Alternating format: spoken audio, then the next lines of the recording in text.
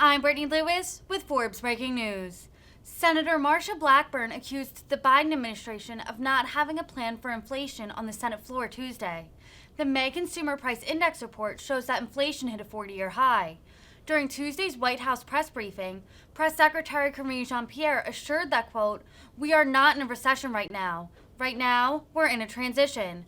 Blackburn said on the Senate floor, quote, "People are looking at this transition economy and they're saying, what are we transitioning to?"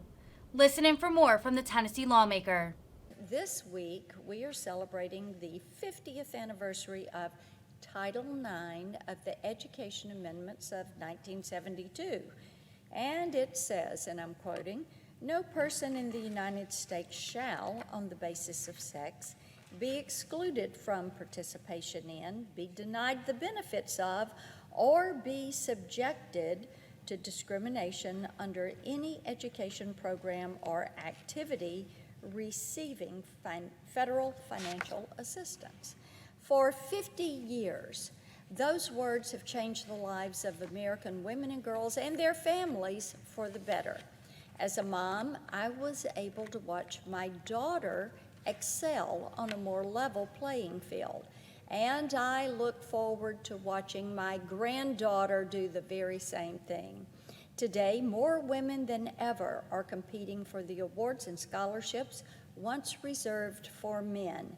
And wouldn't you know it, more women than men graduate from college. In short, Title IX means something to women and girls in this country. It has opened countless doors of opportunity. So today, I'd like to invite all of my colleagues to join me in supporting a simple resolution celebrating the promise of Title IX. It recognizes the 50th anniversary. It honors the work of women's rights activists who led the fight for equal treatment among men and women in education. And it encourages all women and girls in the United States to continue to pursue academic and athletic accomplishments if they so choose. I thank my colleagues in advance for joining me as we celebrate the women and girls in this country and all of their beautiful potential. Mr. President, I ask that the remainder of my remarks be printed separately in the record. Without objection. The Senate is back in session, and still we have no indication from the White House or my Democratic colleagues that they have a plan to lower inflation. Tennesseans are frightened. You would be too if you consistently found more month at the end of your paycheck than paycheck at the end of your month. It's getting harder to stretch the pennies and nickels and dimes, and talking points aren't going to fix this problem. The White House keeps telling people that if they hang on just a little bit longer, that they're going to be all right. But that's not how it works in the real world. In the real world, at a certain point, you run out of rope to hang on to. People are looking at this transition economy, and they're saying, what are we transitioning to?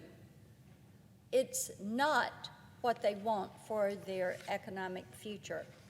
It's no longer a matter of just trying to make things work.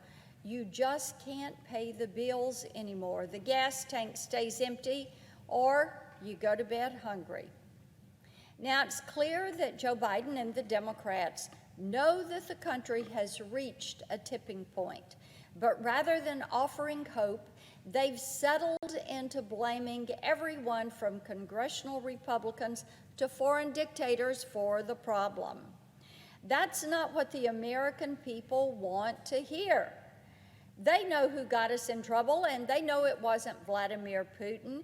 It was Joe Biden and the Democrats. It is the people, the Democrats, that are controlling every branch of government in this town. Yes, they have done it, and no amount of scapegoating will change the fact that the American people have been watching closely over the past year and a half and they know things have gone terribly wrong. The Biden administration abandoned our recovery, spent trillions on a reckless spending spree, and then panicked when all that spending caused record high inflation. No, it is not temporary. The country doesn't need a pep talk. They need Joe Biden and the Democrats to reverse course before we fall into a recession, if we haven't done so already. And there are things the administration can do right now that will pull us back from the brink. It's time to take the taxpayer-funded credit card away.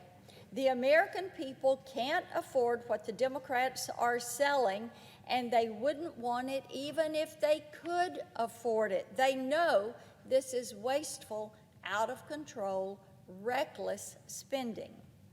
Next, the president must stop expanding the size and power of the federal government.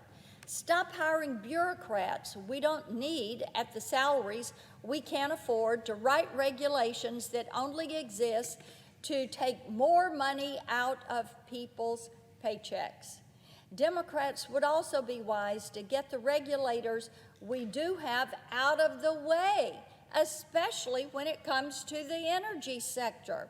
Restart the Keystone XL pipeline and make American energy independent again. Go back to drilling in Alaska, offshore, fracking. Return it all so that we once again are energy independent. Finally, there's something we can do right here in the Senate that would keep future spending and inflation in check. I've introduced legislation that would require a supermajority to pass a spending bill during times of high inflation. It's good common sense. So we should put it up for a vote. It's time for each of us to go on the record and let the American people know what our priorities are. They're tired of what they're seeing coming out of Washington, D.C. I'm glad that they are paying attention. Mr. President, I am so pleased that Tennesseans are paying closer attention now than ever before.